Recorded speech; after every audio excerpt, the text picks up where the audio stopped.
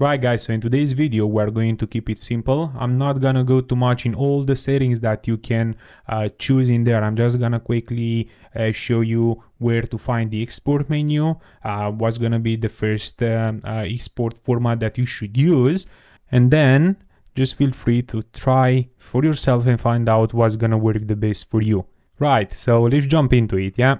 In order to access the export menu, we're gonna have to go to File, and then Export, Media.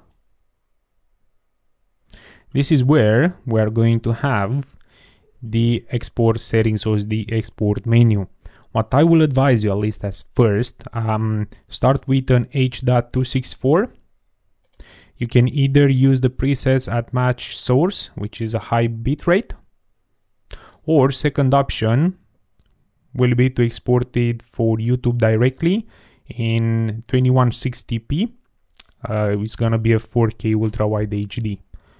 Being very honest with you guys, I would strongly suggest you to use this option. It really depends. If you want to go a little bit deeper, try for yourself different formats. As you may see, you have quite a few just on H264, but format wise you have quite a few formats. What we found as being the best is H.264. It also helps a lot given the fact that we have this 4K Ultra HD.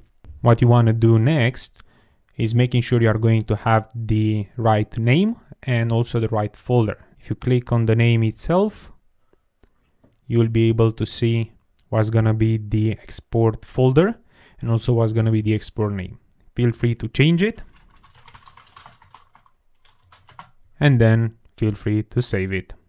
Once you're gonna do that, just click on export. Thanks so much for watching this video, and I do hope you found it useful. Feel free to like, subscribe, leave a comment, share it, and don't forget to hit that bell button.